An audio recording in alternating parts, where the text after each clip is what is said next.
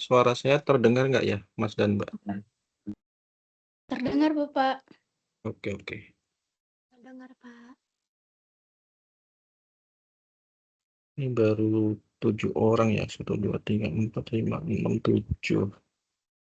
Kelas kita ada berapa ya?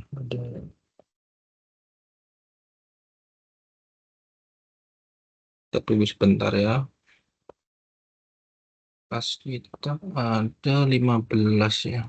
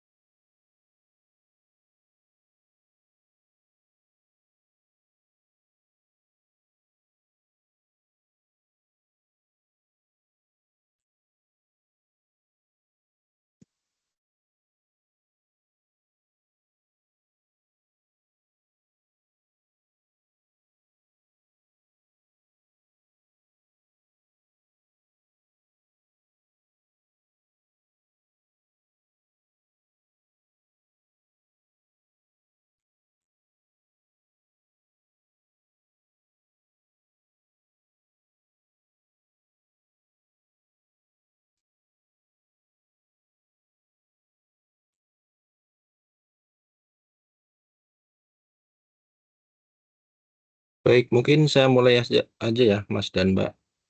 Nanti yang lain sambil ini aja, sambil berjalan aja. Barangkali ada yang join lagi ya, soalnya waktunya berjalan terus.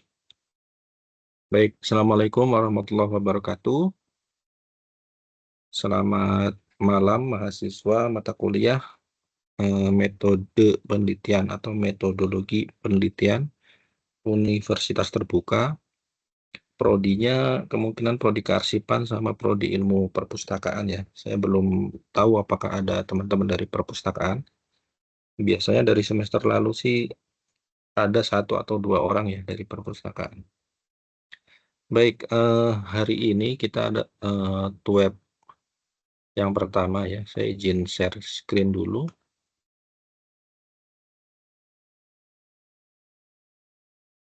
Share screen saya sudah terlihat belum ya? Sudah, Pak. Sudah, Bapak. Oke. Jadi untuk mata kuliah metodologi atau metode penelitian ini terbagi menjadi 8 sesi ya, Mas dan Mbak. 8 sesi nanti di sesi ada 1 sesi yang hanya 1 aktivitas belajar, ada yang isinya 2 ya. Contohnya yang sesi 2 ini ada 2 aktivitas belajar gitu ya. Sesi 3 nanti ada 2 dan seterusnya gitu ya. Nah, nanti di setiap aktivitas belajar ada petunjuknya, entah itu berupa diskusi, entah itu tugas gitu ya. Oke, saya jelaskan mengenai ini dulu, mengenai e-learning ya. Jadi pada sesi 1, kalau Mas dan Mbak sudah sempat baca-baca ya, di sini ada penjelasan mengenai kalau untuk capaian pembelajaran sudah dibaca ya. Nah ini saya fokus ke tugas ya. Jadi nanti tugas pada mata kuliah ini dibagi menjadi 4 gitu ya. Jadi 4 tugas pertama, jadi sejak awal sudah diberitahu gitu ya. Tugasnya, tugas 1 apa, tugas 2 apa, tugas 3 apa, dan terakhir nanti tugas ke-4 gitu ya. Nah ini dari 8 sesi itu ada 14 kegiatan belajar atau aktivitas pembelajaran ya. Nanti ada tutorial webinar ya, 4 kali. Jadi pada sesi 2 minggu ini ya, pekan ini kita langsung melaksanakan web tutorial webinar. Kemudian nanti ada sesi keempat ya kalau nggak salah ya. Keempat, kemudian ada sesi ke-6, ini kebalik sepertinya ya. 4 dulu, kemudian 6, Kemudian nanti ada sesi ke-7 ya, kalau sesuai jadwal. Jadi nanti kita informasi web biasa lewat grup WhatsApp ya. Nah, biasanya pelaksanaan web untuk kelas saya itu kalau nggak sore seperti ini ya, atau weekendnya Sabtu atau Minggu gitu ya. Nah, Minggu biasanya ada teman-teman kita yang ke gereja, jadi biasanya ya Sabtu pagi, siang atau malam gitu ya.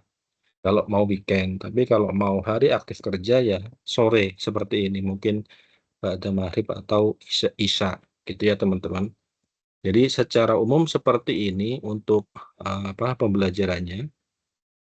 Oh ya, saya belum kenalan ya. Saya nanti selama 8 sesi ini akan mendampingi teman-teman ya dalam menyusun proposal penelitian, karena output dari mata kuliah ini adalah proposal penelitian ya. Ini nama saya Dwi Ridho Aulianto, ya. Biasa dipanggil Ridho ya. Saya sekarang sebagai arsiparis ya teman-teman.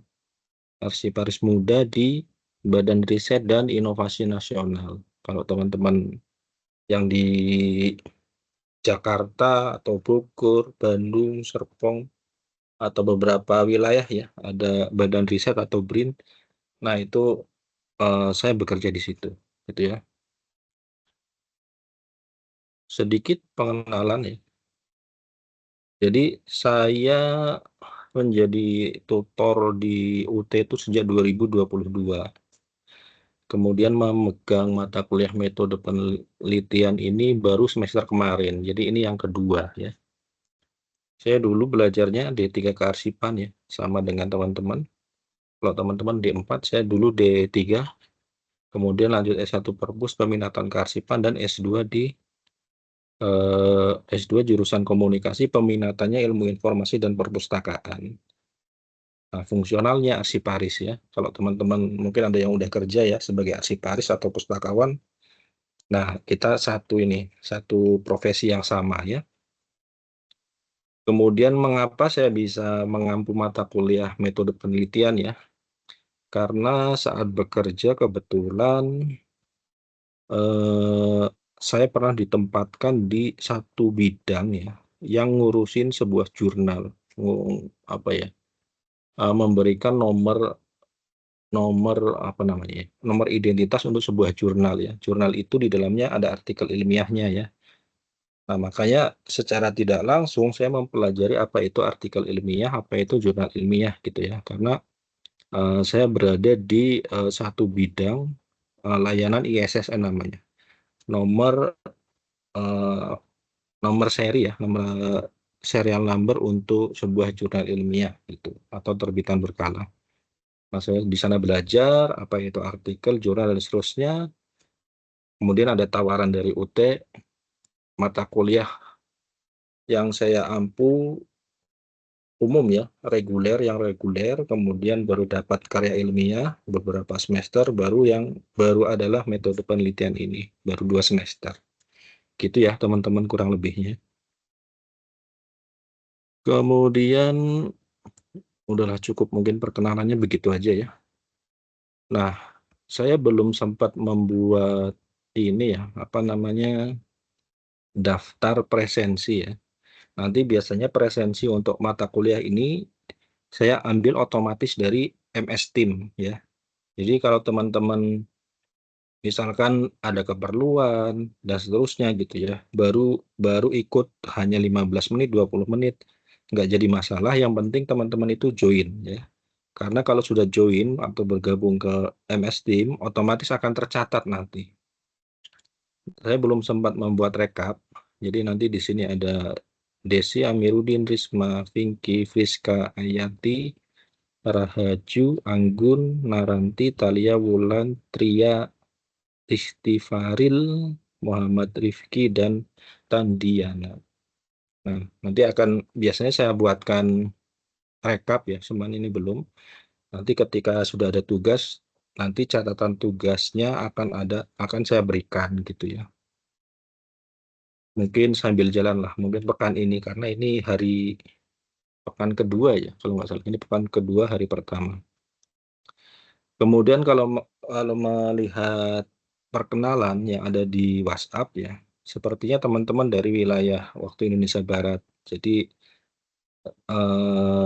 penyesuaian waktunya lebih enak gitu. Kalau sama gitu maksudnya, karena saya posisi domisili Bogor ya, jadi enak sama. Jam 6:30 sore ya, jam 6:30. Karena semester lalu saya dapatnya WIT sama WITA ya, jadi selisihnya 1 jam 2 jam. Oke, kembali ke e-learning ya. Saya kembali ke e-learning lagi.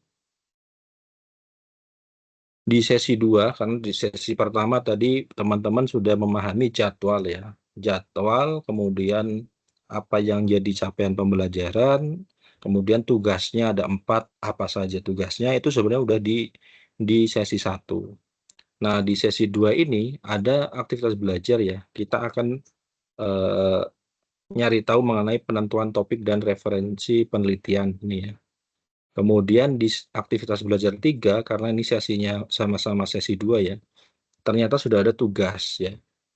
Jadi tugasnya di sini mungkin teman-teman sudah sempat baca ya.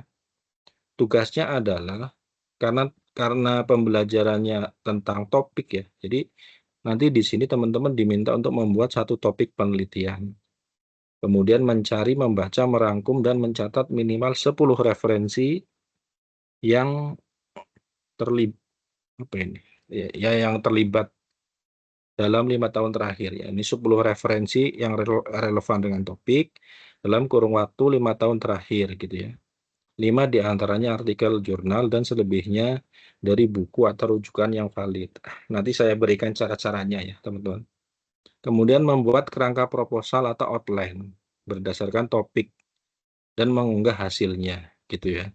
Jadi ini adalah yang harus dikerjakan di pekan ini. Batas waktunya sampai dengan 4 Mei ya. Kalau di jadwal ya, kalau di jadwal ini sampai 4 Mei. Nah, mungkin ada teman-teman yang sudah punya ide topik, idenya sudah ada nih dari awal, ada yang belum sama sekali. Misalnya, Pak, saya ternyata belum tahu mau nulis apa. Ya nggak masalah, karena kita hari ini belajarnya tentang itu ya, mencari menentukan topik dan referensinya kayak apa gitu ya. Oke, nanti saya akan menjelaskan ya, ada beberapa. Ini ada slide, ini pengantar. Saya akan menjelaskan tentang slide, kemudian saya akan, ini pengantar ya, metode penelitian. Saya kemudian akan menjelaskan juga mengenai template proposal yang akan kita gunakan nanti ya. Nanti teman-teman mengerjakan tugas 3-4 kalau tidak salah sudah pakai template ya. Templatenya sudah disediakan. Linknya kalau tidak salah sudah saya share ya di grup ya. Nanti teman-teman pakai. Jadi saya akan menjelaskan bahan paparan, template, kemudian mencari referensi ya. Mencari referensi atau topik ide lewat ini, database connect paper. Mencari referensi yang valid, relevan, 5 tahun terakhir, 10 tahun terakhir, dan seterusnya. Plus satu lagi penggunaan AI ya, penggunaan AI dalam penulisan proposal maupun artikel ilmiah. Ini tambahan ya, semester lalu belum ada. Saya tambahkan aja biar teman-teman ketika pakai AI itu benar gitu ya. Oke, kita masuk ke yang pertama ya teman-teman. Mengenai metode atau metodologi penelitian. Sudah dijelaskan di sesi 1 ya. Tujuannya agar mahasiswa dapat memilih pengetahuan dasar tentang metode penelitian, dapat menyusun proposal dan melaksanakan penelitian tugas akhir ataupun penulisan artikel ilmiah.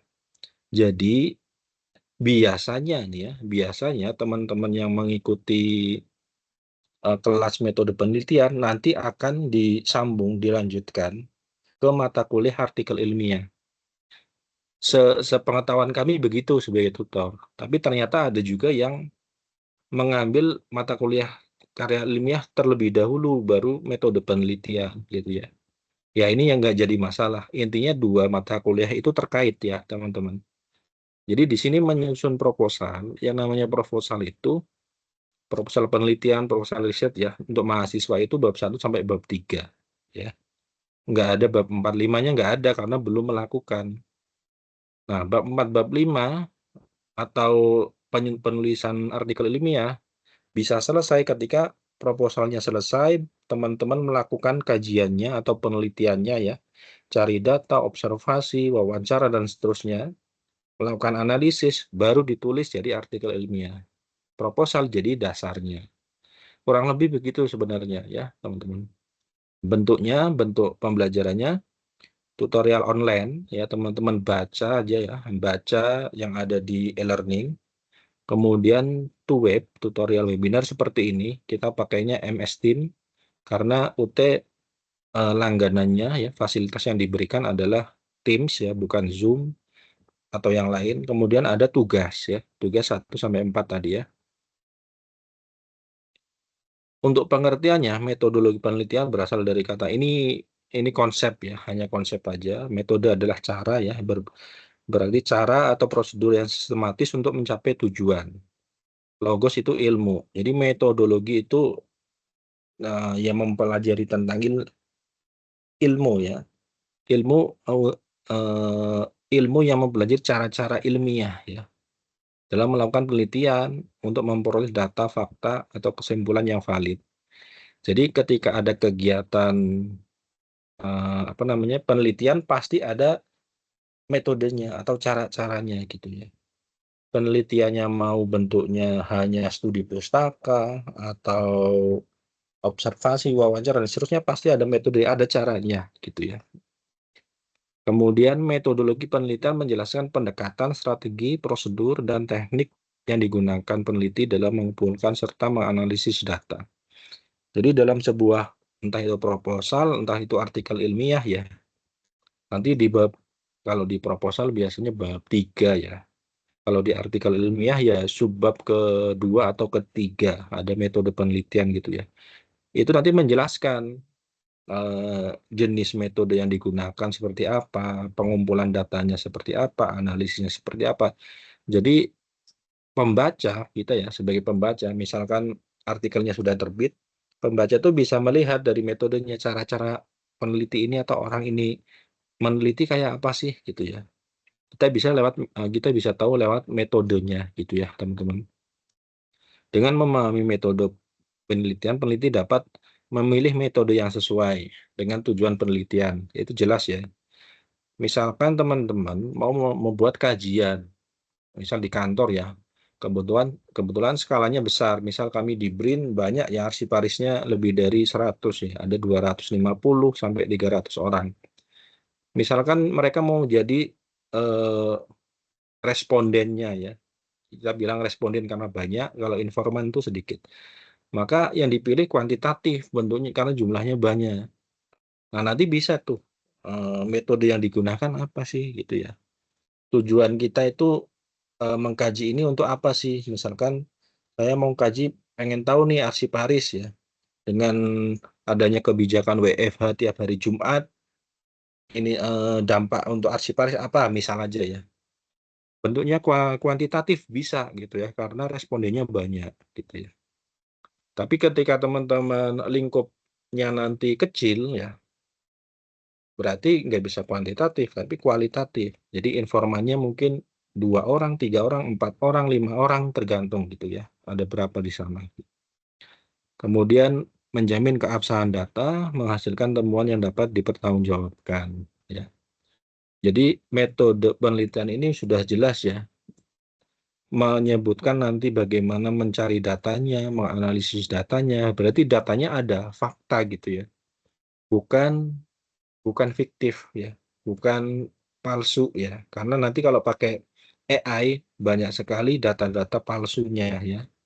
Fiktif atau palsu, bukan asli.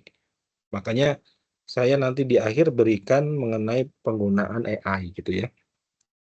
Metodologi bukan hanya sekedar langkah-langkah teknis, tapi juga mencakup dasar filosofi dan logika yang menuntun peneliti dalam seluruh proses penelitian. Gitu. Jadi memang ketika kita mau melakukan penelitian atau mengkaji sesuatu, yang menentukan tuh metode penelitian. Kita harus tahu dulu gitu. Nanti datanya dari mana? Biasanya kalau kami ya, kami pasti nyari yang akses datanya cepat dan gampang dan mudah ya. Judulnya bagus nih, topiknya bagus, tapi nyari datanya susah ya, repot gitu ya. Jadi paling gampang tuh yang aksesnya, kita mau akses datanya itu mudah gitu. Jadi informasinya bisa didapat gitu ya. Tujuan dan fungsi metode penelitian memberikan pedoman ilmiah karena dari kita menyusun metodologi penelitian, metode penelitian yaitu adalah panduannya gitu ya. Panduan yang harus dilakukan. Misalkan nanti juga mengenai pemilihan informan. Kenapa informan ini dipilih gitu ya? Ada kriterianya. Oh, sudah berprofesi sebagai arsiparis misal gitu ya. Bekerja minimal 5 tahun dan seterusnya gitu. Jadi sudah ada panduannya, kita buat panduannya gitu. Panduannya itu ada di metode.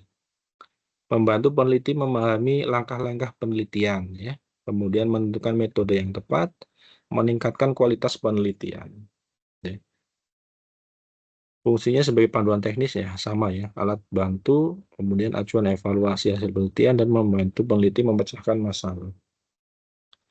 Jadi kalau sudah dibuat petunjuknya melalui metode penelitian tadi ya, pengumpulan data dilakukan misalkan 1 Januari sampai 31 Maret.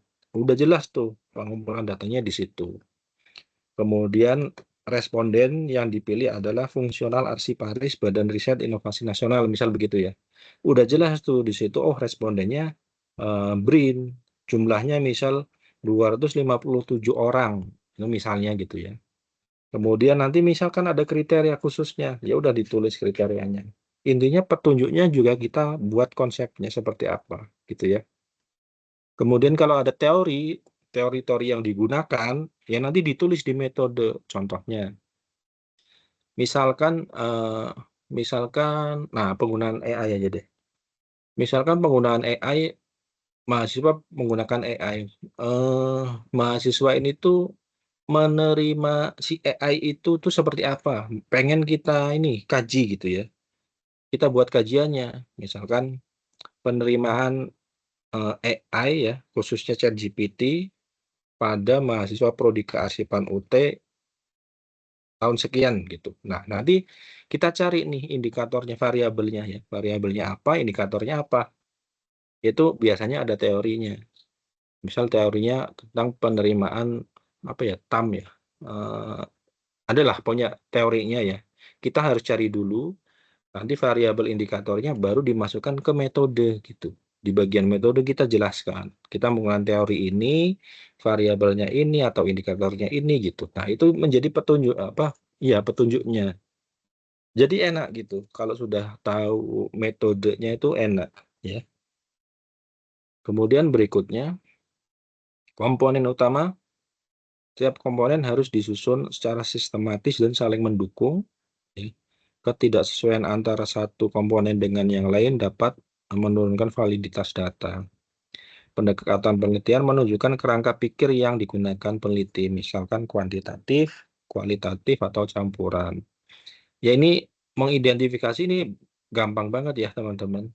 Teman-teman nanti ketika mau nyari data, orangnya banyak enggak gitu aja. Orangnya banyak, biasanya kuantitatif, ya namanya responden. Jadi kita bisa nyebar kuesioner bentuknya, ya. Atau ternyata sedikit 5 orang, 4 orang ya berarti kualitatif, ya. Jadi bentuknya nanti wawancara mendalam. Dari situ aja udah mudah ya, mudah sekali lah ditentukan lewat situ. Atau dua-duanya. Ya, nanti kita pilih salah satu aja. Kalau nggak kuantitatif, kualitatif ya. Kemudian menjelaskan bentuk kegiatan penelitian yang dilakukan.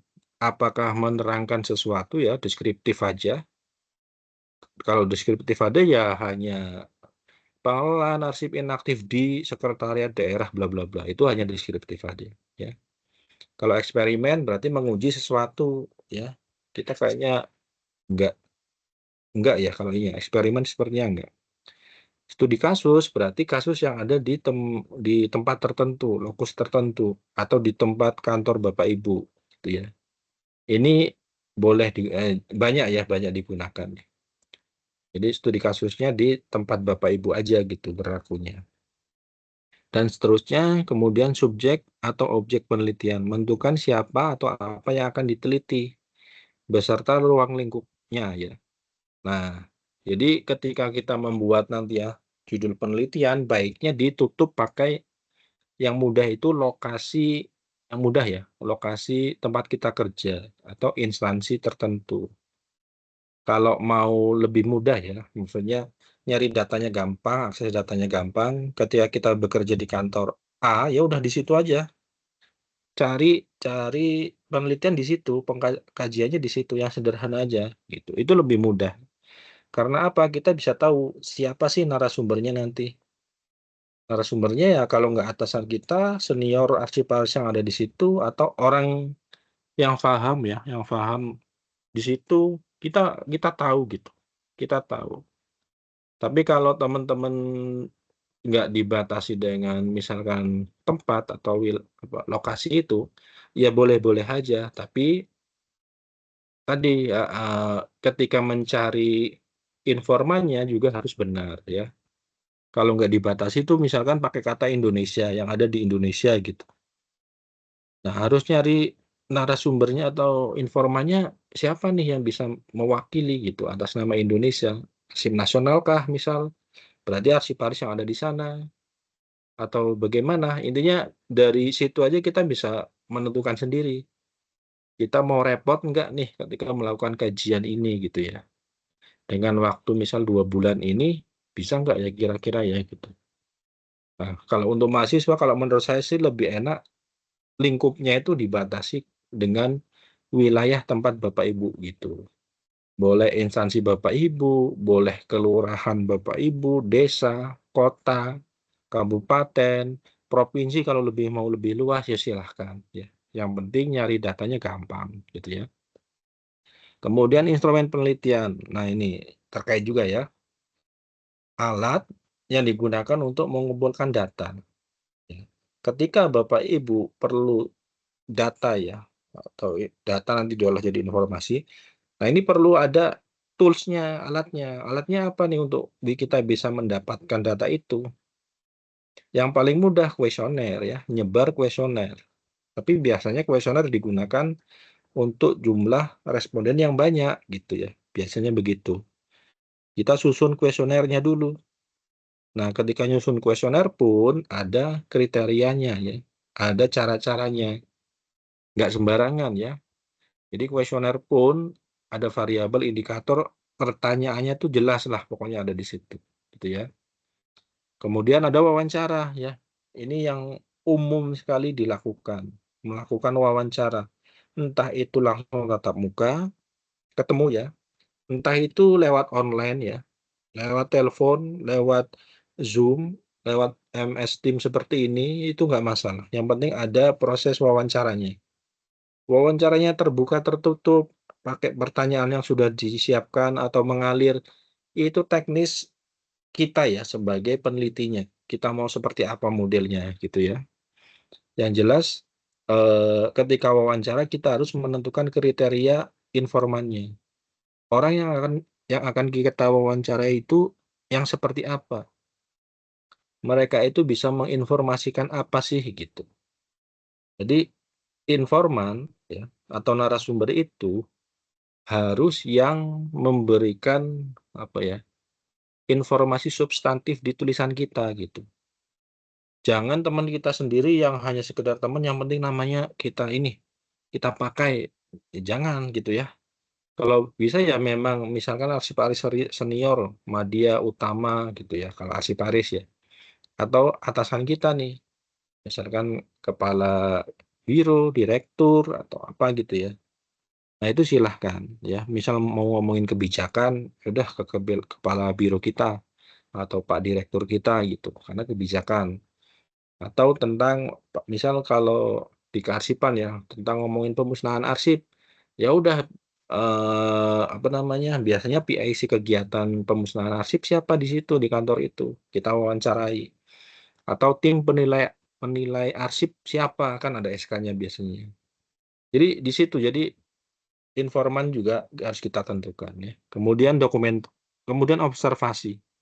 Observasi itu berarti apa namanya? Mencari data dengan cara ke lokasi ya, ke lokasi langsung. Ngelihat di situ gitu. Jadi melihat proses yang terjadi lah di situ itu dilihat, dicatat kayak gitu ya, namanya observasi. Dokumentasi itu biasanya lebih ke penggunaan buku, laporan, atau literatur gitu ya, yang terkait gitu ya. Kalau ngomongin pengelolaan arsip, oh mungkin ada peraturan kantor mengenai pengelolaan arsip gitu ya, dan seterusnya lah. Kemudian teknik pengumpulan data, memperoleh data, prosedur atau cara peneliti memperoleh data, ini hampir sama. Kemudian analisis data, langkah untuk mengolah, menafsirkan, dan menyimpulkan. Ya, langkah-langkah umum dalam penelitian.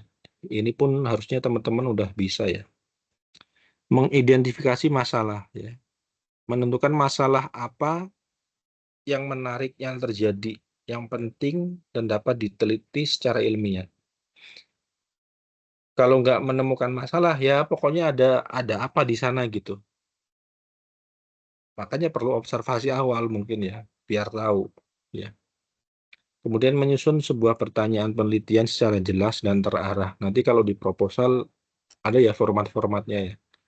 Kalau di artikel ilmiah, biasanya ini masuk ke dalam narasi pendahuluan ya. Kemudian kajian teori dan penelitian terdahulu. Jadi mengkaji teori konsep serta penelitian sebelumnya yang relevan ya. Jadi ketika kita mau melakukan kajian mengenai pemusnahan arsip, ya kita cari referensi mengenai pemusnahan arsip gitu ya. Perumusan hipotesis, misalkan mau pakai kuantitatif ya. Kemudian pemilihan metode, pengumpulan data, analisis, dan penarikan kesimpulan.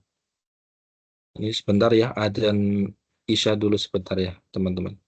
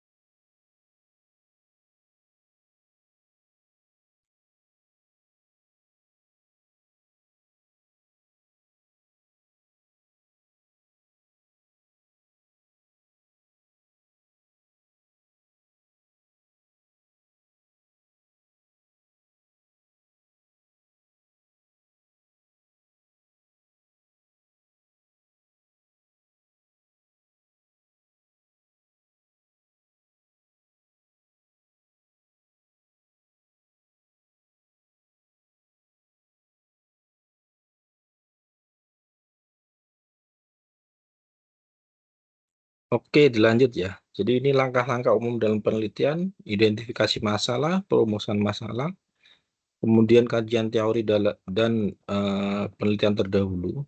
Ini ya. Ini bisa terkait dengan tadi ya tugas satu ya. Tugas satu itu mencari 5 referensi jurnal ilmiah sama 5 buku kalau tidak salah. Ini bisa masuk ke dalam ini sebenarnya ya.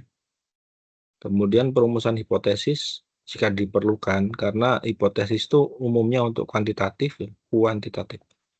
Pemilihan metode, pengumpulan data, analisis, sama penarikan kesimpulan. Ini sampai ke bab 3 tuh hanya seperti ini ya. Ini ternyata sama slide-nya. Sekarang baru masuk ke proposal. Sebelum saya masuk ke sistematika, ada yang mau ditanyakan nggak teman-teman? Atau cukup jelas? Kalau tidak salah, link sudah saya bagikan ya. Link sudah sempat saya bagi belum ya? Saya lupa.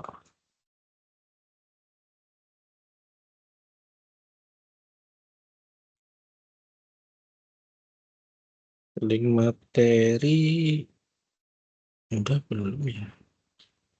Saya kan lupa. Oh belum ya? Izin Lihat Bapak link. belum. Oke. Ternyata belum saya share. Kemarin saya share berarti di ini mata kuliah lain ya, yang artikel ilmiah kayaknya. Ini saya share ini di ini aja, di deskripsi grup aja biar nggak hilang.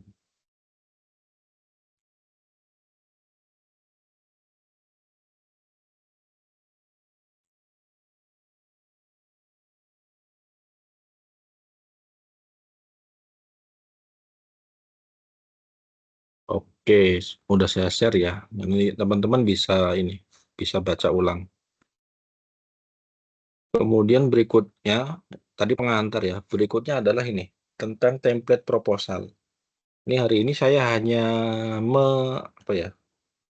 menjelaskan outline-nya aja ya, bukan isinya kayak apa. Karena sebenarnya penjelasannya sudah ada. Sambil menunggu kalau memang ada template khusus dari UT ya. Sepertinya semester lalu nggak ada. Akhirnya kami buat sendiri seperti ini ya. Kurang lebih seperti ini. Judul penelitiannya apa, nama, NIM, NPM, ini maksudnya nomor mahasiswa ya, istilahnya apa sekarang ini. Program studi disesuaikan ya. Fakultas, kalau nggak salah sekarang sekolah vokasi namanya. Kemarin masih FHISIP ya, hukum FISIP. Kemudian tahun ya, tahun disesuaikan. Nanti daftar isi, kalau mau rapi ada daftar isinya ya. Kalau mau rapi, ini terakhir aja ngerjainnya. Karena daftar isi agak repot ya. Tapi sebaiknya ada daftar isi.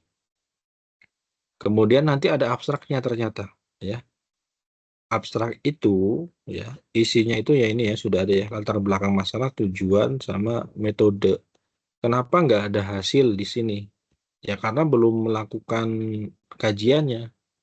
Jadi abstrak di dalam proposal itu belum ada hasilnya ya. Berbeda dengan abstrak yang ada di artikel ilmiah. Artikel ilmiah itu selain 3 poin ini ada hasilnya, ada implikasi penelitian biasanya. Ada 5 poin. Nah ini hanya 3 poin ini ya. Nah ini ya, ini sudah ada penjelasannya sebenarnya. Kalau teman-teman pakai ini ya, belajar untuk memahami ini sudah bisa ya. Jadi bab 1 pendahuluan, nanti 1.1, ini kan sama dengan yang di daftar isinya ya, 1.1, 1.2, dan seterusnya lah. Bagian latar belakang merupakan fondasi dari seluruh proposal. Di sinilah peneliti menjelaskan mengapa penelitian perlu dilakukan, apa masalah yang terjadi. Makanya tadi di langkah-langkah penelitian itu ada masalah apa, kemudian masalah itu dirumuskan ya. Dan bagaimana masalah tersebut relevan dengan bidang ilmu yang dipelajari.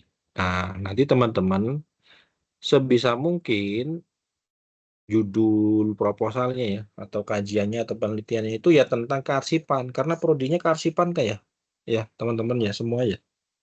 Mudah-mudahan nggak ada yang apa ya ke perpustakaan, karena semester lalu ada yang meminta izin untuk meneliti mengenai layanan apa namanya, layanan pustaka atau apa gitu. Itu kan lebih ke perpustakaan ya, padahal prodinya prodi kearsipan. Nah, kami coba ini ya, tanyakan ke UT, jadi jawabannya UT tetap kalau bisa diarahkan ke kearsipan. Jadi harapannya yang kelas ini semua kearsipan ya. kearsipan itu banyak sekali ya teman-teman ya. Mulai dari kebijakannya, kebijakan tuh ada banyak bisa dibahas. Kalau ngomongin penyelenggaraan kearsipan itu pertama kebijakan ya, kedua pembinaan. Ya. Pembinaan ada banyak sekali ya. Kemudian ada pengelolaan arsip. Pengelolaan arsip ada arsip dinamis, ada statis. Dinamis nanti dibagi lagi. Ada statis ya, ada sumber daya. Sumber dayanya ada alatnya, sarana, ada orang, ada dana. Dari situ aja ada banyak ya. Pengelolaan arsip dinamis nanti dipecah lagi, ada penciptaan, penggunaan, pemeliharaan, penyusutan dibagi lagi. Ada banyak sekali ya. Ada banyak sekali yang bisa dikaji gitu. Mirip-mirip ya, mirip-mirip nggak jadi masalah ya teman-teman. Yang namanya kajian yang mungkin jarang sekali yang baru gitu. Bentuknya invensi yang baru banget itu kayaknya jarang ya. Paling ya bedanya beda tahun, beda lokasi gitu. Mungkin judulnya sama, mirip bahkan ya. Tapi kan hasilnya pas kemungkinan beda ya. Beda tempat tuh mungkin beda hasil ya. Metodenya beda, mungkin hasilnya beda gitu ya. Jadi masalah yang relevan, langkah-langkah penyusunan daftar latar belakang bisa dimulai dari fenomena yang terjadi, gambaran, kemudian turunkan menjadi masalah spesifik dengan fokus pada gap atau celah ya, tujukan dan seterusnya lah. Nah ini latar belakang ini untuk di proposal itu bentuk apa ya namanya? Ya bentuknya itu paragraf-paragraf gitu. Paragraf misalkan ada 6 paragraf atau 8 paragraf gitu ya. Ngomonginnya apa? Ya ini semua tadi.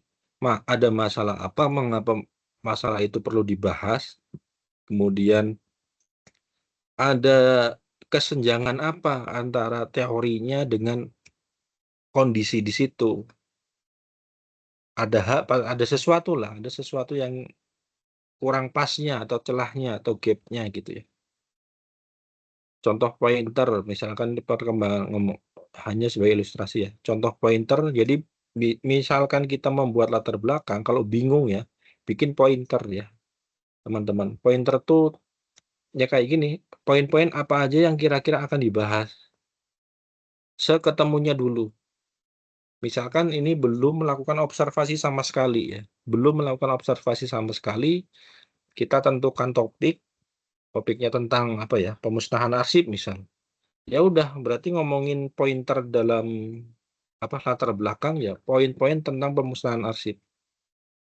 Sementara ya, pointer itu hanya sementara. Nanti setelah observasi dapat data baru disesuaikan.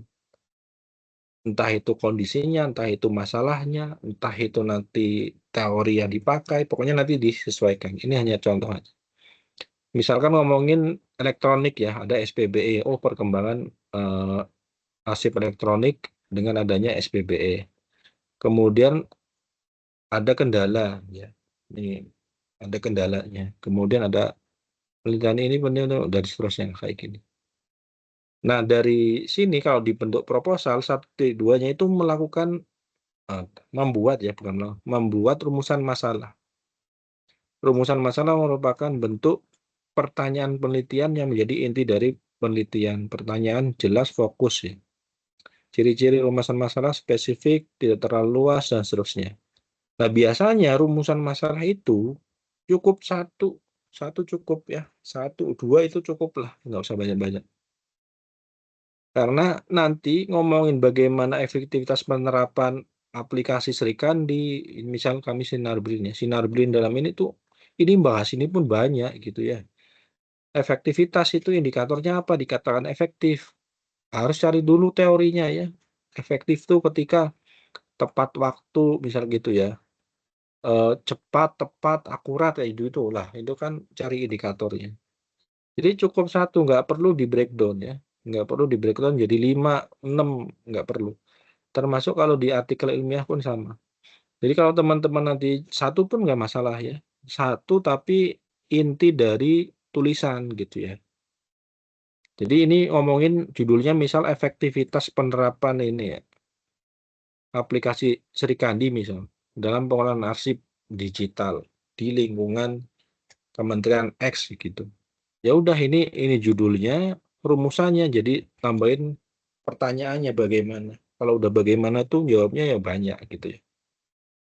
Bukan apa ya. Kalau apa sedikit, tapi kalau bagaimana banyak nanti coba.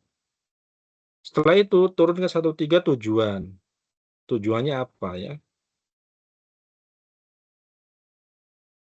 Tujuan pun biasanya dibagi dua, tujuan umum, tujuan khusus. Jadi ini sudah ada ininya ya, kerangkanya. Jadi teman-teman tinggal ikuti. Dari tujuan turun ke manfaat. Manfaat teoritis, praktis, biasanya begitu ya. Nanti diikuti aja. Jadi mengenai ini, memberikan kontribusi bagi pengembangan ilmu pengetahuan. Namanya juga manfaat teoritis ya. Hasil penelitian diharapkan memperkaya teori pengelolaan arsip digital. Karena tadi ngomongin arsip digital ya. Manfaat praktisnya, penelitian ini menjadi bahan evaluasi bagi instansinya untuk meningkatkan efektivitas ya. Jadi kan nanti ketika sudah buat, kalau ini masih proposal ya, kalau sudah dilaksanakan proposalnya jadi, lakukan penelitiannya atau kajiannya, semuanya sudah dilakukan, ada hasilnya ya. Hasilnya entah itu laporan penelitian atau artikel ilmiah, biasanya ada kesimpulannya dan rekomendasinya. Nah, ini manfaat praktisnya bisa masuk di sini gitu ya. Oh, nah ini cuman sampai 1.4 ya, bab 1. Ini pasti bisa ditulis teman-teman ya. Sampai 1.4 nggak jadi masalah ya. Selama teman-teman nanti yaitu harus melakukan observasi atau mencari datanya. Nah, bab 2 tinjauan pustaka ya. Studi pustaka, studi literatur, literatur review nih tinjauan pustaka ya. Bab ini berisi uraian teori, konsep, dan hasil penelitian terdahulu yang relevan dengan topik ya. Nyarinya gimana? Nah, ini ke sini ya. Sudah sempat saya ini belum ya, saya lupa. Saya kelasnya 2 soalnya. Jadi teman-teman nyari referensi ini semi manual lah ya. Ini database namanya connected paper. Cari aja di sini. Misal pemusnahan arsip. Pengen pengen cari tahu referensi tulisan kajian mengenai pemusnahan arsip, ketik aja pemusnahan arsip akan banyak ya, akan banyak sekali. Ini ada berapa tuh? Ada 4 page ya. Nah, dari sini pun kita bisa bisa mungkin dapat ide topik. Oh, ini ternyata ada yang ngomongin perspektif hukumnya nih. Perspektif hukum administrasi negara dalam konteks pemusnahan arsip. Nah, kan kita nggak kepikiran dengan baca ini tok gitu ya, baca judul, kita sudah dapat nih ide untuk apa ya? Oh, ternyata ada nih tentang ini. Ini bisa kalau mau ditiru ya silahkan ya. Kita mempelajari penelitian terdahulu tuh nggak jadi masalah ya. Kalau plagiat itu ketika isi dan semuanya sama persis, datanya diambil dan seterusnya. Tapi kalau ide dari sini ya nggak jadi masalah ya. Beda tempatnya ya, perspektifnya masih sama misalnya gitu. Atau yang lain. Oh, ini analisis sertensi, masa simpan ya, dan pemusnahan arsip. Ya silahkan, ini juga boleh. Atau yang deskriptif nih, tahapan pemusnahan arsip. Kalau tahapan kan hanya menerangkan ya, tahapannya 1, 2, 3. Misal membuat tim penilai dulu, kemudian melakukan penyeleksian, dan seterusnya lah. Nah, ini bisa nih kalau agak mudah ya ini kayak gini, tahapan penyusutan. Kalau tahapan ya kemungkinan deskriptif ya. Penerapan aturan pemusnahan, ini berarti penggunaan kebijakan ya, mungkin aturan, peraturan, apalagi ya, surat keputusan dan seterusnya lah ini bisa juga ya. Nah, dari sini aja udah bisa teman-teman ambil gitu ya. Pemusnahan arsip pada kantor kecamatan ini. Ini desanya ganti tempat Bapak Ibu, Mas dan Mbak, kantor atau diganti kantor kan bisa. Ini deskriptif berarti. Deskriptif tuh depannya nggak ada kata analisis, evaluasi kayak gitu. Cuman judul kayak gini aja gitu ya. Boleh nggak? Ya boleh aja ya. Boleh-boleh aja teman-teman. Laporan tuh enggak, sistem pemusnahan. Nah, ini ngomongin sistem pemusnahan. Dari sini aja udah ya, udah ini ya, dapat ini ya teman-teman ya, gambaran. Nih, Kemudian memberikan landasan teori menunjukkan kesenjangan menjadi dasar dalam menyusun kerangka berpikir. Mahasiswa ini idealnya dari 5 sampai 10 tahun terakhir. Kalau ini sesuai tugas saja nanti ya. Tugas kayaknya tadi 5 tahun terakhir. 2.1, jadi ini baru 2.1-nya bagian ini menyajikan teori dan konsep yang berkaitan langsung dengan variabel atau fokus penelitian. Langkah penyusunan kajian teori. Tentukan konsep atau variabel utama dalam penelitian. Misal tadi ya, penelitiannya mengenai efektivitas sistem informasi kearsipan, digitalisasi, variabel utama dalam penelitian. Ya inilah, ada kata efektivitasnya menjadi sebuah variabel utamanya. Kemudian ada sistem yang dipakai gitu ya. Ada digitalisasi. Jelaskan definisi konseptual dari beberapa sumber dan bandingkan. Buat sintesis, uraikan teori. Nah, yang ini, kajian teori ini dan penelitian, gimana ya ngomongnya ya. Contohnya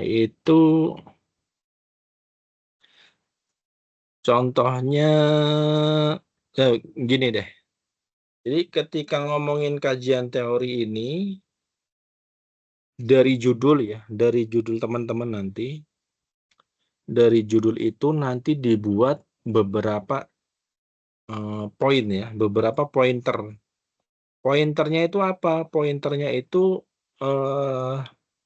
yang mengurai dari judul. Misal judulnya tadi efektivitas penggunaan Sri Kandi dalam pengelolaan arsip digital ya. Nah, berarti ngomongin efektivitas itu nanti dibahas. Efektivitas yang dimaksud itu apa gitu ya. Itu poin satunya efektivitas. Poin duanya tentang sistem Sri Kandi. Poin tiganya tentang pengelolaan arsip digital. Nah, 3 itu misal gitu ya. Secara teori itu kayak apa sih gitu. Jadi dari judul itu di breakdown gitu. Hal-hal yang perlu diketahui orang gitu. Karena kan yang tahu kan si penelitinya ya. Kurang lebih gitulah. Nanti mungkin saat nulis teman-teman bisa tahu gitu ya. Atau boleh lihat apa namanya? Boleh lihat atau baca-baca ya dari beberapa ya di artikel ilmiah kadang ada juga studi pustakanya ya. Berikutnya penelitian terdahulu.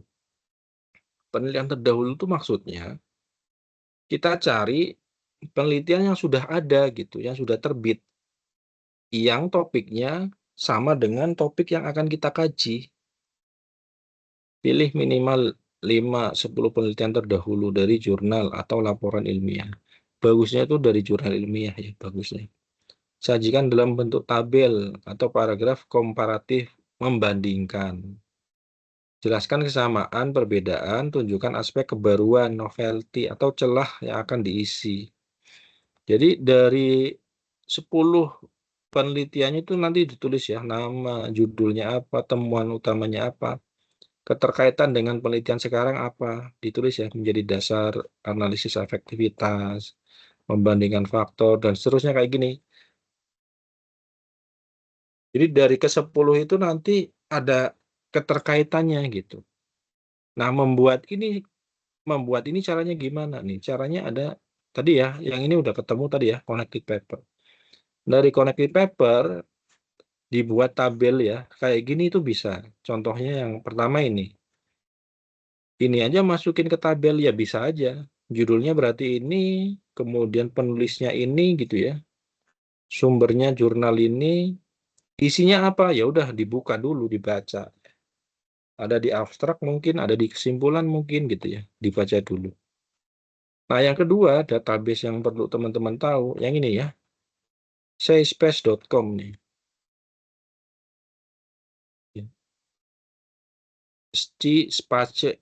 sciencespace.com, cari yang literatur review ya.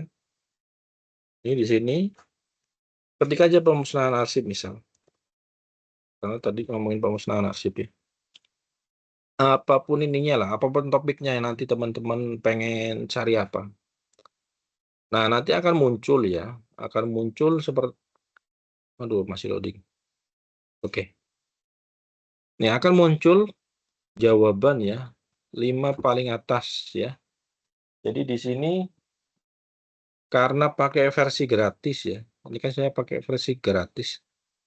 Versi gratis itu ada 5 ya, 5 paper. Kalau yang versi berbayar nanti ada 10. Nah, di sini nanti ada misal kayak gini. Misal tampilannya ternyata teman-teman modelnya kayak gini nih. Modelnya bukan paragraf, nah kayak gini. Modelnya itu ada pointer-pointernya gitu. Model ini bisa diganti dengan ini ya. Jawaban ya, format jawaban bisa bentuknya paragraf. Ini bentuknya paragraf aja ya. Ini tuh ngomongin pemusnahan arsip ya, teman-teman. Plus sudah ada sumber pustakanya nih. Sumber referensinya sudah ada gitu ya. Nah, apa kaitannya dengan yang tadi, yang penelitian terdahulu, yang tabel ya?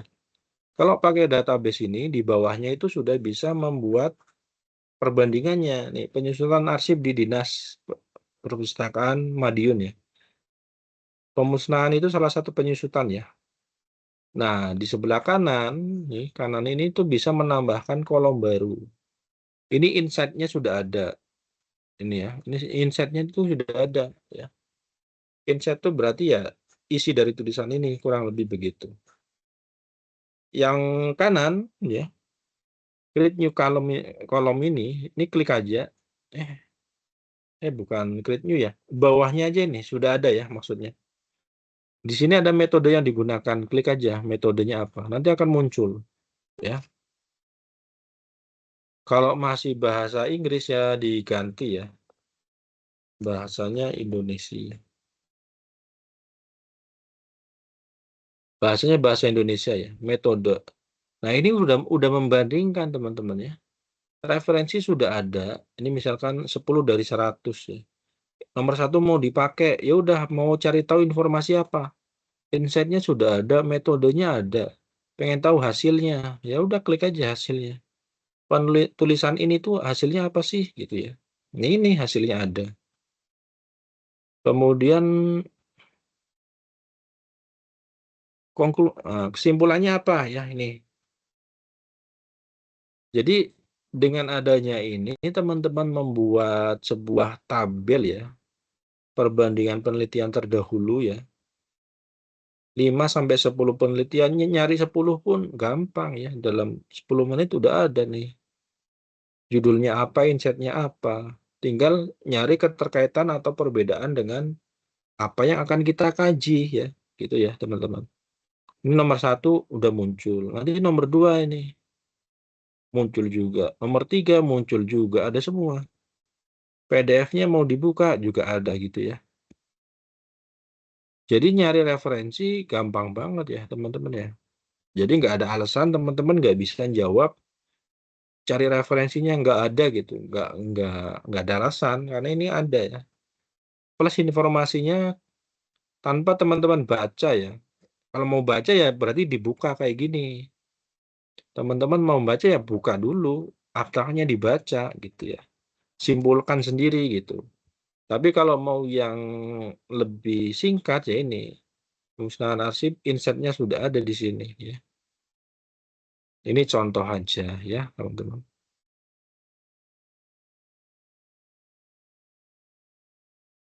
Dan seterusnya lah. Jadi ini misalkan ada 5 ini di bawah tinggal diambil aja. Ada berapa? 10 ya udah 10 diambil gitu ya. Kalau memang cuma 5 ya 5. Ini nomor 6 juga muncul, nomor 7 muncul. Maksudnya bisa gitu. Ini pun kalau tidak salah bisa diekspor ya nih. Ada ekspornya ya. Excel juga bisa. Jadi bisa disimpan menjadi data ya. Tapi datanya ini data studi literaturnya ya, studi pustakanya. Itu ya teman-teman ya. Nah, ini tabelnya begitu ya caranya. Kemudian kerangka pikir adalah gambaran alur logis antara teori dan pelaksanaan penelitian. Mahasiswa perlu menunjukkan bagaimana teori menghubungkan teori dengan masalah, memberi arah bagi pengumpulan analis data menjadi dasar untuk membangun hipotesis. Nah, biasanya ini narasi kerangka pikir ini selain ada narasinya ya, misalnya penelitian ini berangkat dari teori efektivitas organisasi bla bla bla. Selain ini ya, selain narasi biasanya ada kerangka pikir tuh ada bentuk diagramnya ya. Diagram gitu. Kalau bisa dibuat diagram, buat diagramnya gitu. Buat diagram pun gampang sekarang ya, udah ada AI bisa gitu ya. Kemudian hipotesis penelitian ini kalau pakai kuantitatif ya. Nanti ada hipotesis 1, 2 dan seterusnya. Baru metode. Nah, ini yang intinya sebenarnya di sini karena petunjuk untuk melakukan kajian ada di sini gitu ya, teman-teman. Nanti tinggal bacalah ya. Pendekatan yang digunakan kuantitatif apa, kualitatif yang seperti apa ya. Mungkin rata-rata kualitatif nanti kemungkinannya. Ini contoh narasinya. Terus lokasi dan waktu penelitian. Ini nanti diisi dengan waktu selama perkuliahan aja. Kalau memang teman-teman belum melakukan observasi. Tapi kalau sebelum kuliah teman-teman udah melakukan, ya berarti dihitung aja. Misal dari bulan kemarin, Maret, atau Februari, atau Januari udah pernah, ya udah ditulis aja waktunya. Gitu ya. Berapa lamanya. Populasi sampel, ini populasi sampel itu istilah muncul untuk penelitian kuantitatif ya. Populasi itu berarti totalnya, sampel berarti sampelnya yang digunakan. Ini biasanya untuk kuantitatif ya. Kemudian sumber data untuk penelitian kualitatif, sumber datanya itu dari wawancara, observasi, survei, sekunder itu dari dokumen ya. Ya ini nanti diikuti ya, 3 titik. Kalau nggak ada populasi sampel ya berarti langsung ke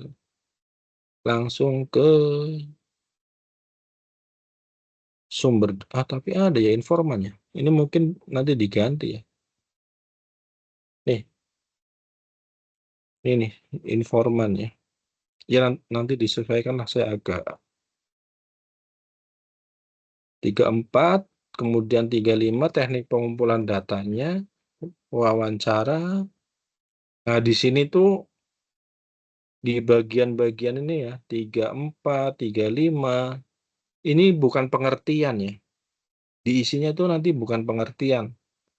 Wawancara mendalam menurut Sulistyo Basuki adalah bla bla bla bla. Bukan itunya sebenarnya ya. Tapi informasi apa yang pengen digali gitu. Di menggali pengalaman pengguna, perspektif wawancara dilakukan menggunakan pedoman terstruktur semi terbuka. Jadi informasi apa nih yang pengen diketahui melalui wawancara mendalam. Kemudian jenis pertanyaannya ya, terstruktur, terbuka, tertutup. Nah, itu informasi-informasi itu ya.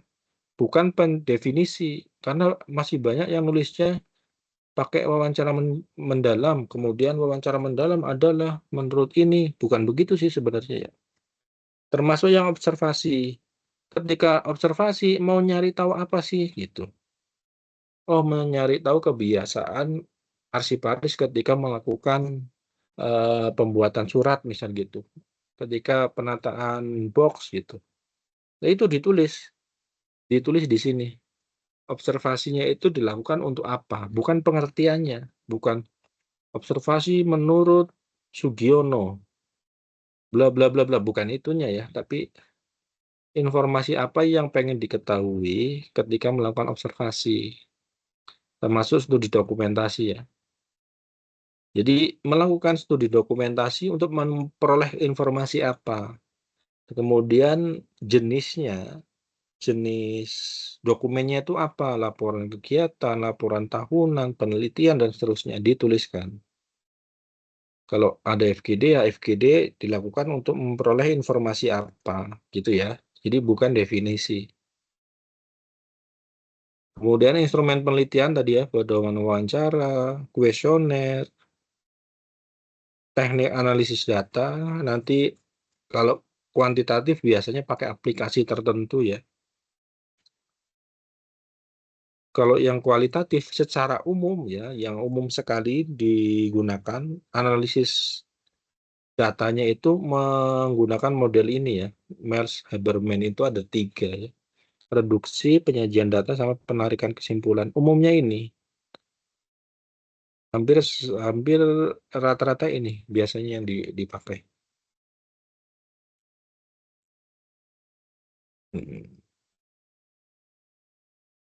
Hasil wawancara dianalisis dengan mengumpulkan tema-tema, aspeknya, teknis, SDM. Ya, ini pengelompokan ya, ketika sudah membuat analisis ya, hasil wawancara dipilah, kemudian disusun, tarik kesimpulan. Uji keabsahan data ini ketika nanti menggunakan kuantitatif. Kalau menggunakan kualitatif, itu menggunakan triangulasi ya. Triangulasi itu ada beberapa kalau nggak salah ya. Nah, triangulasi sumber membandingkan hasil wawancara dari berbagai informan. Jadi ketika kita melakukan wawancara terhadap 3 orang, ternyata jawabannya udah sama nih, udah mirip-mirip. Berarti nggak perlu lagi orang keempat ya, udah cukup gitu. Atau metode yang lainnya membandingkan hasil dari wawancara, dari observasi, dari dokumentasi. Cuman biasanya yang umum tuh yang triangulasi yang membandingkan antar informan ya. Maksudnya apa? Maksudnya ketika Bapak Ibu sudah wawancara terhadap 3 orang, 4 orang, dan jawabannya sama, hampir sama semua ya, sama bahkan intinya. Nggak perlu lagi orang kelima gitu. Cukup 4 orang aja. Karena orang kelima kemungkinan besar sama juga. Jadi udah jenuh datanya. Nah, kurang lebih begitu ya. Kemudian terakhir daftar pustaka. Jadi nggak ada bab 45-nya ya. Tapi daftar pustaka, nanti daftar pustaka ada formatnya namanya APA, Association Psychological American Psychological Association ya. Seri ke-7, edisi ke-7. Nah, ini nanti ada cara-caranya. Ini mungkin web berikutnya saya jelaskan mengenai cara penulisan ini ya, daftar pustaka. Kemudian lampiran, pedoman wawancara, kuesioner, jadwal, dan seterusnya. Udah. Oke, dari 2 bahan ini ada yang ditanyakan nggak? Mudah-mudahan ada gambaran ya, teman-teman ya.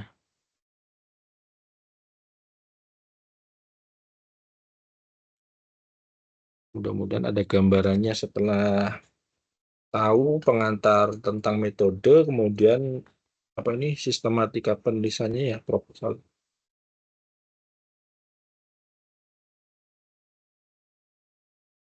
Oke, bentar.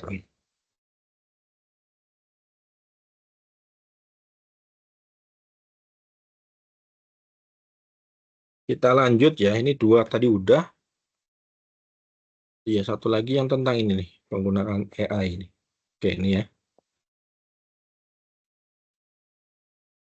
Nah, AI ya, pemanfaatan AI, entah itu ChatGPT, entah itu Gemini, Monica, Grok, apapun namanya ya, untuk penulisan proposal penelitian atau artikel ilmiah ya. Mana tadi ininya?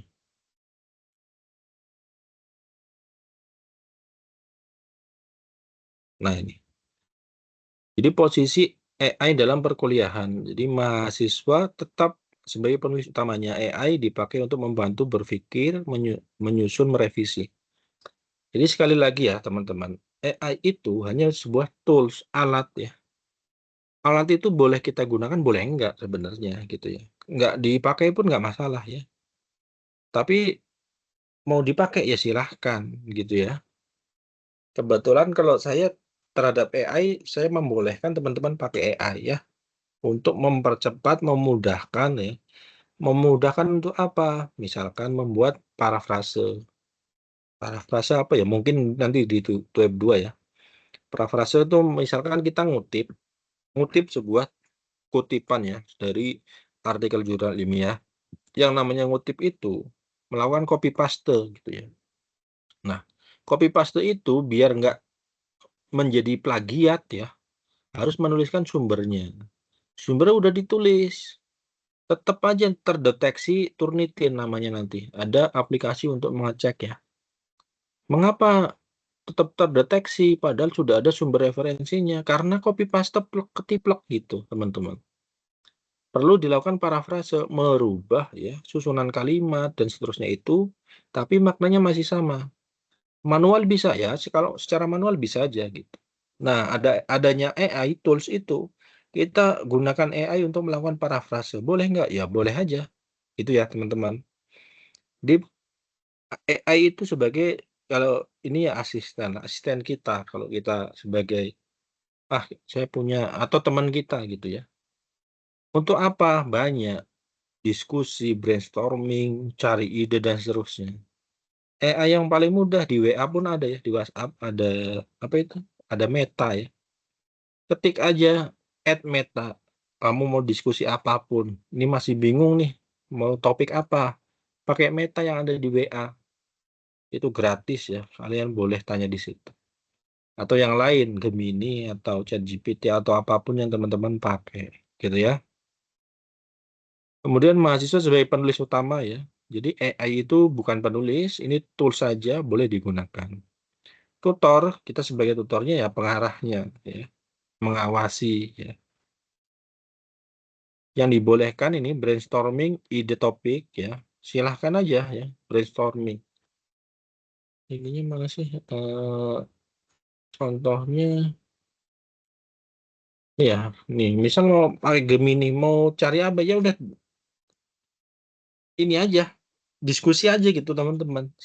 Ajak aja mereka bicara pakai bro atau apapun lah ya, mas, atau apapun sebut aja deh. Pakai jenis AI apapun ya, ini Paul juga bisa ya dan seterusnya gitu ya.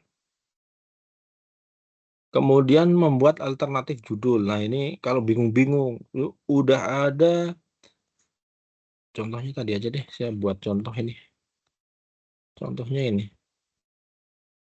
efektivitas apa tadi. Nah misalkan ini ya kita bingung. Misal saya punya konsep judul proposal penelitian. Bantu berikan ide yang lebih bagus. Misal gitu. Iseng aja, ngobrol aja. Silahkan ya teman-teman ya. Nah, nanti bisa bandingkan antara ini yang satu dengan yang lain tuh bagus yang mana gitu ya. Emang boleh ya, boleh aja ya teman-teman ya. Namanya ini kan seolah kita ngobrol ya sebenarnya. Nah, nanti ada yang model kayak gini ya, misal siap bro, judulnya sudah keren, sudah nyambung antara ini dengan ini gitu ya. Karena kita tadi minta ide yang lebih bagus, misal, oh ternyata ada opsi nih yang lebih kuat secara akademik. Efektivitas aplikasi dalam pengolahan hasil. Ini hampir sama dengan nomor judul kita tadi ya. Nomor 2, evaluasi efektivitas ya. Analisis efektivitas, ya ini contoh aja munculnya kayak gini. Dari sini belum puas ya udah cari lagi apa lagi gitu ya teman-teman ya. Nah, ini kan muncul lagi. Nah, ada perspektif lain dari perspektif transformasi digital, akselerasi transformasi digital. Nah, lebih keren lagi ya bahasanya. Redesign tata kelola arsip ya. Dalam perspektif efisiensi dan kinerja ya. Ini dan seterusnya lah. Dari sini teman-teman bisa cari idenya gitu ya. ChatGPT misalnya ini muncul semua ya teman-teman. Menyusun outline. Outline pun sama ya, tinggal pilih tadi judul, ketik outline-nya. Outline sekali lagi ini tuh hanya untuk guide-guide-nya aja ya. Outline itu kan nanti untuk membantu dalam menulis ya. Kalau kita sudah terbiasa nulis ya kita biasanya bisa menulis outline sendiri. Pakai pointer ya, pointer guideline-nya ditulis sendiri bisa. Pakai AI ya boleh aja, silahkan aja, lebih cepat untuk membantu ya. Memperbaiki kalimat akademik. Ada kalimat typo-typo bisa diperbaiki ya teman-teman ya. Mengecek logika dan konsistensi antar bagian. Tadi ya, dalam satu latar belakang nanti harus ada isinya masalah, ada gap, ada ini itu, nyambung atau enggak. Nah, ini ngecek logika dan konsistensi antar bagian bisa ya. Boleh nggak? Ya boleh aja. Nanti kan ditunjukkan mana yang nggak pas gitu ya teman-teman. Yang dilarang apa? Nah ini yang dilarang nih. Ini ya, mengarang data penelitian atau hasil wawancara. Ini yang sama sekali nggak boleh ya teman-teman. Emangnya AI bisa ngarang? Ya bisa. Kalau teman-teman nggak sama sekali melakukan observasi, wawancara, nggak nyari data ke lokasi penelitiannya, semuanya pakai AI, tok murni. Bisa jadi itu. Tapi tutor bisa tahu ya. Tutor tuh bisa tahu teman-teman pakai AI atau enggaknya gitu ya. Mana yang pakai AI, mana yang enggaknya. Walaupun teman-teman udah ubah pakai AI yang lain ya untuk bahasa manusia misal gitu. Tetap aja tutor lebih lebih tahu gitu. Jadi nggak bisa ngarang ya, nggak bisa ngarang data penelitian. Ini nggak boleh. Apalagi hasil wawancara. Wawancara harus dilakukan wawancara ya. 1-2 orang ya, 2 orang lah atau 3 orang gitu. Hasilnya diolah oleh AI itu boleh gitu ya. Untuk mereduksi, untuk memilah, untuk mengelompokkan kita bingung. Pakai AI untuk membantu itu boleh gitu ya. Membuat kutipan dan daftar pustaka palsu. Nah ini sering banget nih. Kalau teman-teman, ya, ini nggak tahu nih, ini udah jalan 1 minggu ini. Kalau teman-teman dalam diskusi di e-learning ini ya, entah mata kuliah apapun, kemudian misal pakai AI, AI-nya diminta untuk nyari sekalian dituliskan sumber referensinya. Teman-teman harus beneran cek ya, hasil referensinya itu, linknya itu harus dicek bener atau enggaknya. Linknya pun diklik ada muncul, harus dicek judulnya itu bener atau enggak, tahunnya bener apa enggak, penulisnya bener atau enggak. Karena banyak sekali kutipan palsu ya, daftar pustaka palsu. Karena menggunakan AI, ini semester lalu banyak sekali mahasiswa kelas saya juga. Tugas 3 saya koreksi banyak sekali, wah saya merah semua. Jadi tugas 4 pokoknya referensinya harus benar. Gitu. Karena gampang sekali ya ngecek ini palsu atau enggaknya ya, untuk kutipan sama sumber pustakanya. Linknya diklik error, itu udah pasti nggak benar. Gitu ya teman-teman. Kemudian menyalin mentah hasil AI tanpa verifikasi. Ini juga ya. Berdasarkan statistik 30% bla bla bla. Nah ini nggak boleh ya. Harus diverifikasi. Benar nggak? Data BPS-nya ada nggak? Laporannya ada nggak? Berdasarkan laporan tahunan enggak? Atau karena AI bisa ngarang sendiri gitu. Menjadikan AI sebagai penulis utama itu nggak boleh ya. Jadi sudah ada yang dibolehkan apa, yang nggak boleh apa gitu ya. Kemudian ini secara garis besarnya ya, ada metode penelitian, ada karya ilmiah.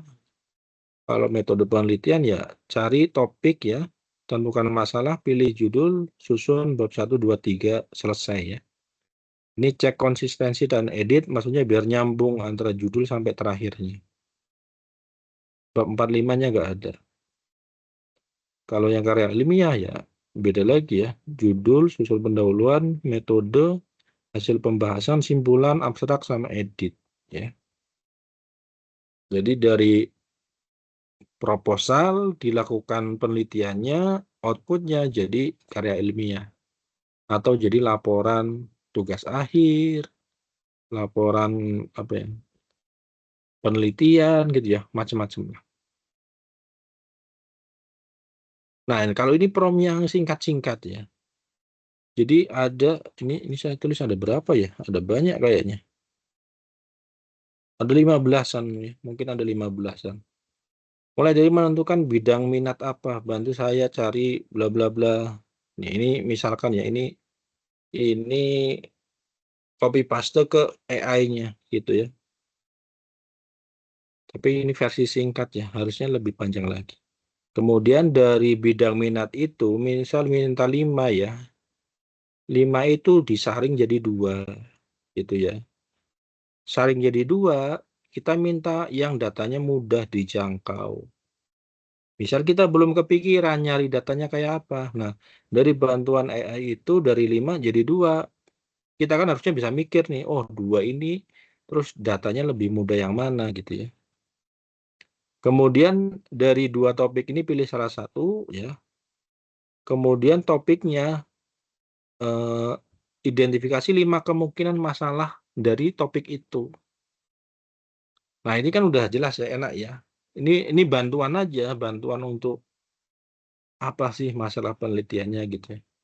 Dari situ, dari masalahnya 5 kemungkinan itu, kita bisa menyusun 5 alternatif judul. Mungkin dari 5 masalah yang berbeda tadi. Kemudian cek ini tuh nanti pendekatannya enaknya kuantitatif, kualitatif atau apa gitu ya. Nih. Jadi enak ya, mulai dari 5 hal ya, kemudian jadi 2 jadi 5 masalah, masalah jadi judulnya, kemudian pendekatannya apa.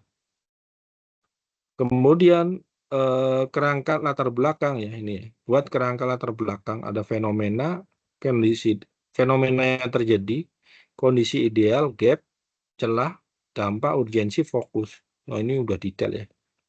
Ini biasanya nanti pointer, dari pointer itu ubah jadi 6 atau 8 paragraf ya. Tapi di sini harus ada informasi awal hasil observasi. Nggak bisa semuanya murni dari AI tadi ya, karena bisa jadi ngawur dia. Atau datanya ngarang gitu ya teman-teman. Kemudian dari situ, pendahuluan atau latar belakangnya udah jadi nih, 8 paragraf. Itu tuh udah berisi fenomena, kondisi ideal, dan seterusnya ya. Termasuk tadi ya, informasi awal observasinya ya. Minta susun 5 rumusan masalah ya, yang jelas fokus dan seterusnya dari hasil latar belakang. Nah, nanti dari 5 tadi pilih 1 atau 3 gitu ya. 1 cukup sebenarnya. Ya ini contohnya 3 gitu ya. Kemudian ada tujuan tadi ya, buat tujuan, buat manfaat ya. Manfaat teoritis, praktisnya kayak apa, kalau masih bingung pakai ini boleh. Atau nyontoh yang di template tadi. Kemudian baru buat konsep bab 2. Jadi bab 1-nya udah selesai ternyata. Bab 2-nya, karena sudah ada judulnya tadi ya, judul sudah ada, latar belakang sudah ada. Kita minta nih, kan bab 2 kan studi pustaka ya, tinjauan literaturnya.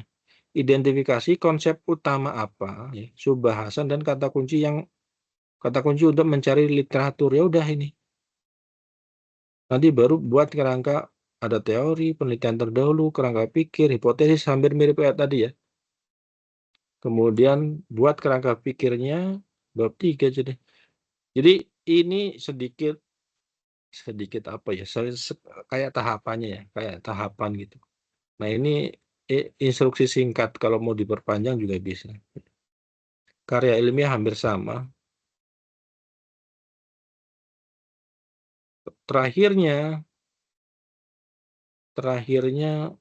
ini awal ya, saya mahasiswa, sebutkan aja prodinya. Saya sedang menyusun proposal penelitian topik saya, topiknya tentang apa, tujuannya untuk apa gitu ya. Untuk revisi, tolong revisi tulisan, untuk evaluasi, tolong kayak gitu ya. Aturan kelas, nah ini kalau ini yang tadi ya, aturan kelasnya, AI tidak boleh dipakai untuk fabrikasi data. Ini tuh data fiktif, palsu, tidak nyata tadi ya, nggak boleh ya teman-teman. Semua hasil AI harus diverifikasi, entah itu sumber kutipan, entah itu link, entah itu apalagi ya, angka-angka, statistik, itu harus dicek ya. Kemudian referensi dan kutipan wajib dicek dari sumber asli, tutor menilai prosesnya. Udah, jadi kurang lebih begitu ya secara singkatnya. Sebentar, kayaknya saya punya itunya di mana tadi? Oh ini. Kalau agak detailnya ini ya. Sebenarnya saya sudah susun ini. Kita coba ya. Misalkan coba pakai begini. Tapi harapannya sih teman-teman udah bisa mempraktekkan sendiri. Jadi untuk jawab tugas satu tadi apa tadi? Aktivitas belajar 3 ya teman-teman ya. Ini kan tugas 1 nih. Membuat satu topik penelitian, harusnya teman-teman kalau belum ada ide tadi brainstorming aja ya. Kalau mau manual pakai database, connected paper boleh. Cukup satu ini aja udah teman-teman bisa punya ide nih. Pengen database yang lain, boleh aja database lain. Nih misalkan ada banyak sekali ya teman-teman ya. Database lain tuh nah ini. Database perlu dalam pencarian referensi. Scopus yang internasional ya. Scopus boleh, Semantic Scholar, Connected Paper tadi, Research Rabbit. Ini banyak sekali ya. Ada Zimago, PubMed, ScienceDirect, Dimension. Ini ada yang internasional, ada yang nasional. Dan banyak sekali ya teman-teman ya. Daftar jual kearsipan pun ada kalau mau lewat daftar. Ada banyak, wah banyak sekali. Kalau mau manual silahkan ya. Nih ya tadi ya. Mencari, membaca, merangkum, mencatat minimal 10 referensi ya. Kemudian 5 tahun terakhir ya. Sebisa mungkin 5 tahun terakhir berarti 2020 sampai sekarang lah. 2025 atau 2026. 5 di antaranya artikel jurnal ilmiah, selebihnya buku. Kalau nyari buku susah, 10-10-nya artikel jurnal ilmiah nggak masalah ya kelas saya ya. Di kelas saya boleh aja 10-10-nya artikel jurnal ilmiah. Tapi kalau teman-teman bisa cari buku ya silahkan ya. Saya agak agak kesusahan kalau nyari buku ya. Mungkin ada sih. Nah ini aja nggak bisa nih. Laptop. Ya mungkin kalau teman-teman tahu lah ya. Kalau teman-teman tahu database nyari buku lebih mudah. Atau ada perpustakaan yang bisa dikunjungi dan ada bukunya itu silahkan ya. Tapi kalau susah 10-10-nya boleh ya. Menjawab nomor 2 dari mana tadi ya? Yang ini ya. Sudah saya tutup tadi ya. Yang nomor 2 pakai size space ya teman-teman ya. Mana sih tadi? Ini ya. Literatur review tadi ya. Biar muncul tabelnya kayak tadi loh. Ya.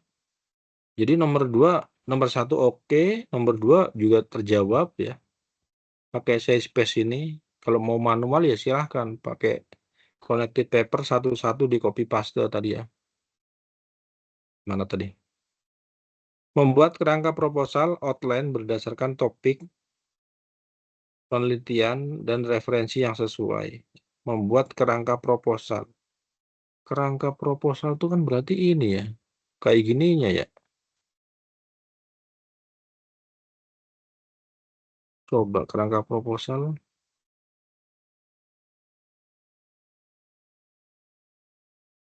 Saya belum ini nih, belum nyari contohnya ya teman-teman ya. Tapi kalau kerangka ya ini semua ini kerangka ya namanya ya. Coba. Nomor 4 mengunggah. 1, 2 oke lah ya. Tinggal membuat kerangka proposal atau outline berdasarkan topik penelitian. Oh, outline-nya seperti ini sih sebenarnya ya.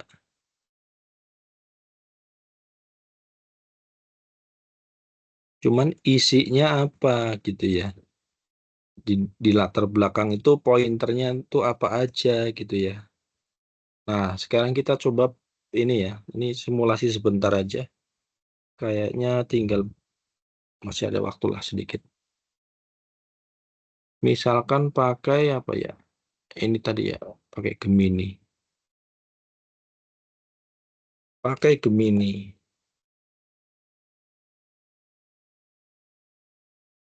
Sebenarnya bebas ya, bahasanya bebas. Cuman kemarin saya coba buat ini apa namanya promnya itu ya seolah-olah rapi gitu ya. Padahal singkat kayak tadi aja ya, kayak gini aja. Bro, saya punya konsep ini aja, mereka langsung bisa jawab sebenarnya ya. Kemudian saya tertarik pada topik. Nah ini topiknya tergantung nanti teman-teman tuh pengennya apa ya. Saya misal pengusahaan arsip elektronik. Ini misal aja ya. Bantu menemukan 5 area penelitian yang relevan, aktual untuk diteliti mahasiswa di D4 aja ya. Tampilkan tab. Nah, misal kayak gini. Ini kan nanti muncul ya. Atau saya pakai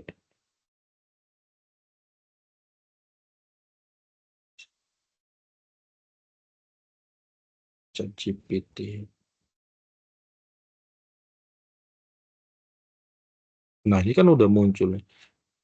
Ini untuk menjawab poin 1 ya tadi, jawaban tugas ini membuat satu topik ini. Dengan melakukan diskusi brainstorming dengan AI, kita bisa bisa menemukan topiknya nih kalau pemusnahan arsip elektronik bisa mengenai implementasi digital shredding pada mesin simpan. Shredding ini salah satu metode untuk pemusnahan arsip ya elektronik ya teman-teman.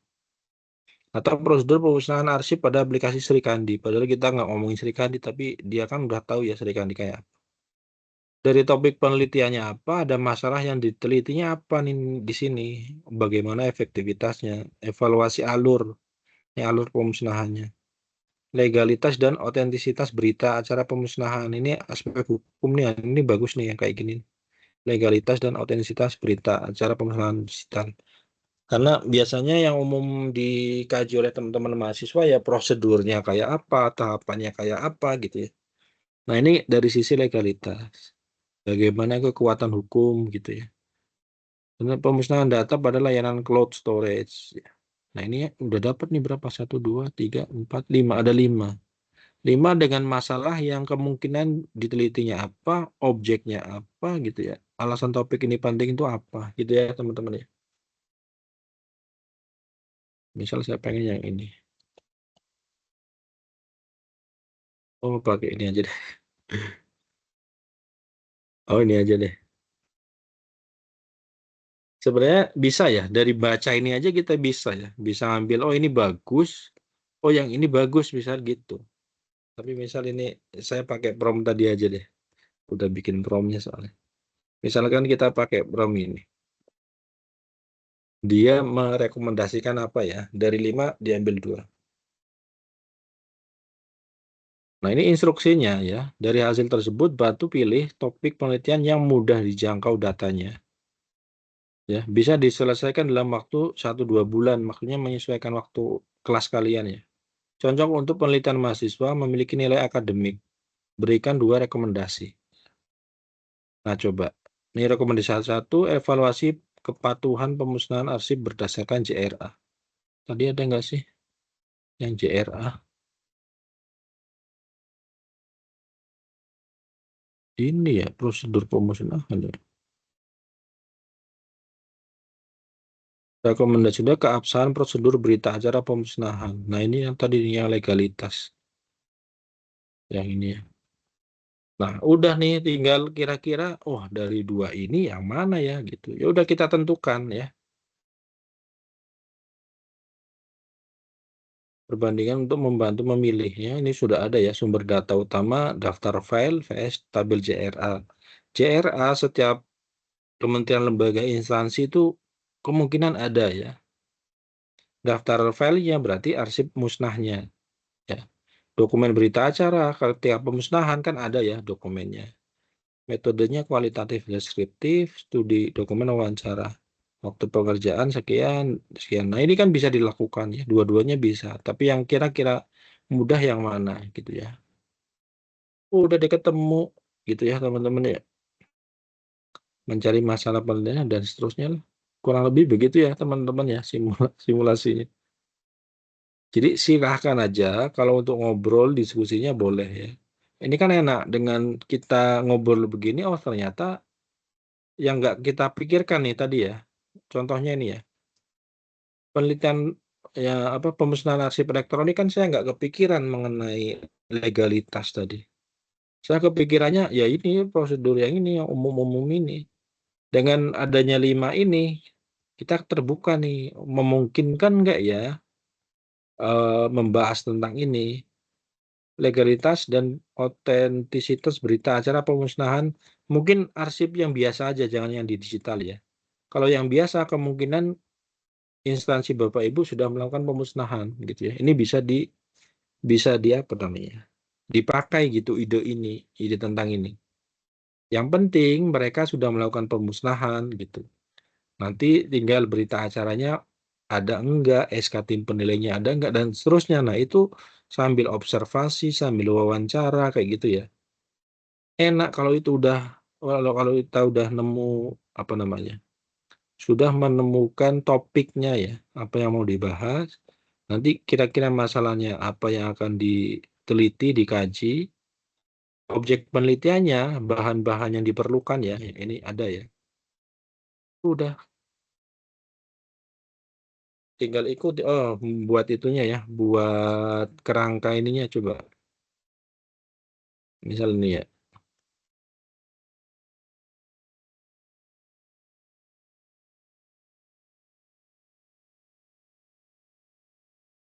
Kerangka atau outline-nya. Nah, ini ya. Outline tuh yang sebenarnya mirip dengan ini tadi ya, yang ada di daftar isi. Cuman isinya apa, di latar belakang tuh nanti ngomongin apa sih gitu ya. Nih, berarti di latar belakang kemungkinan karena ngomongin tadi mengenai prosedur pemusnahan arsip digital ya.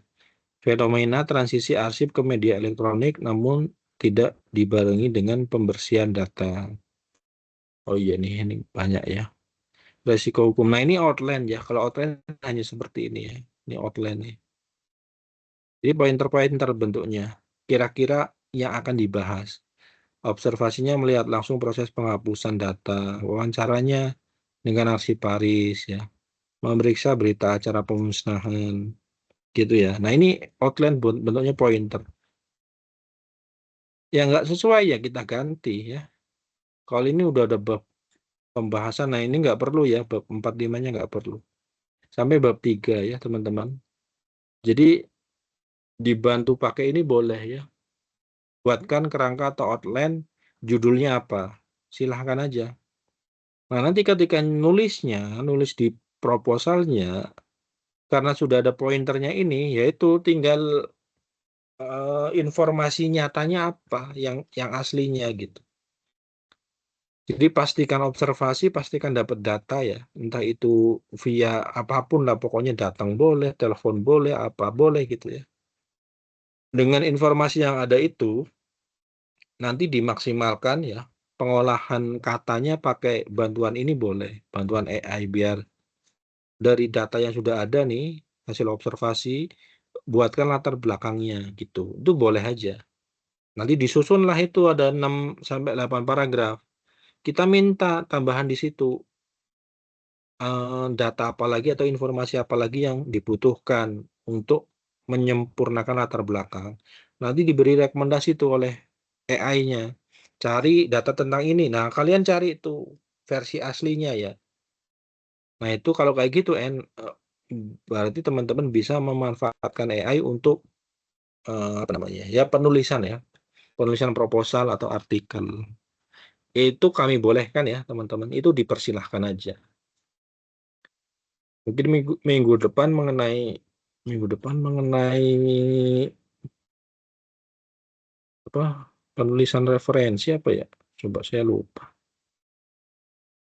Ini apa sih? Oh iya, penulisan referensi ya minggu depan ya. Bukan minggu depan, itu web kedua. Jadi yang sekarang ini tujuannya untuk menyelesaikan tugas satu sebenarnya. Dan semuanya udah terjawab kayaknya ya, tiga-tiganya ya. Soal 1, 2, 3 udah bisa terjawab. Oke, mungkin cukup. Silakan ada yang mau bertanya nggak nih, teman-teman? Mudah-mudahan ini ya, ada bayangan ya, teman-teman ya.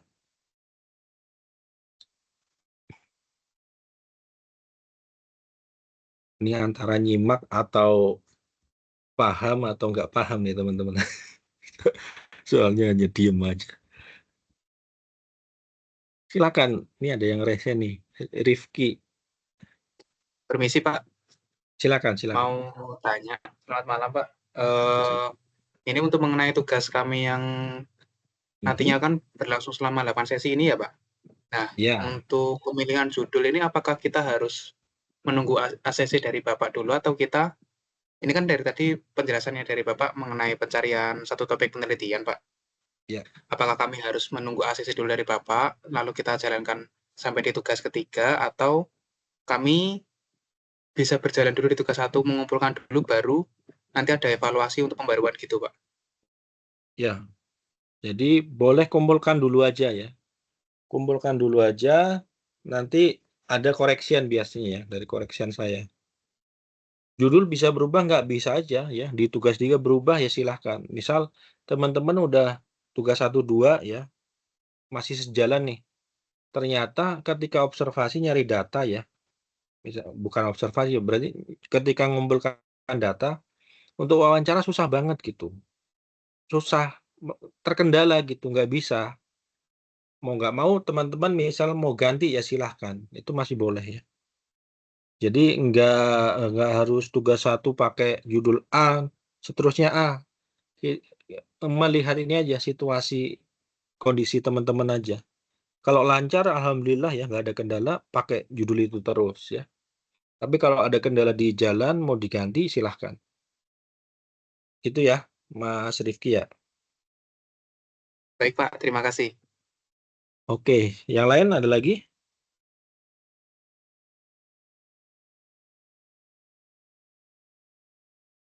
Kelas metode tuh lebih ringan sepertinya daripada artikel ilmiah ya teman-teman. Ini tuh nggak, saya kurang tahu nih ada yang udah dapat artikel ilmiah atau belum ya.